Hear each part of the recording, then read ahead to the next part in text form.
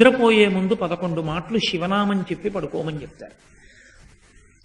తెల్లవారి నిద్ర లేచేటప్పుడు మీరు పరమశివ భక్తులైనా సరే, మీ కులదేవత పార్వతీ పరమేశ్వరులైనా సరే, శివ అంటూ లేవడాన్ని శాస్త్రం అంగీకరించదు.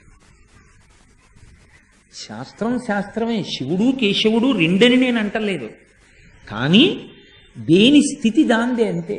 నిద్ర లేచినప్పుడు మొట్టమొదట నోటి వెంట పైకి రావలసినటువంటి మాట ఏదో శాస్త్రమే నిర్ణయం చేసింది. ఇంకా వేరొక మాట ఏదీ నోటి వెంట రాకూడదు. మొట్టమొదట తెలివి రాగానే రావలసిన మాట ఒక్కటే, అది 3 మార్లు పలికి లేవాలి మనసం మించింది. శ్రీహరి శ్రీహరి శ్రీహరి అన్నారు. 3 మాటలు శ్రీహరి అన్న నామం చెప్పి మాత్రమే లేవవలసి ఉంటుంది. అంటే జాగృతి ప్రారంభమైంది, నిద్ర లేచాడు. రక్షణ చెయ్యవలసినటువంటి వాడు శ్రీ మహావిష్ణువు.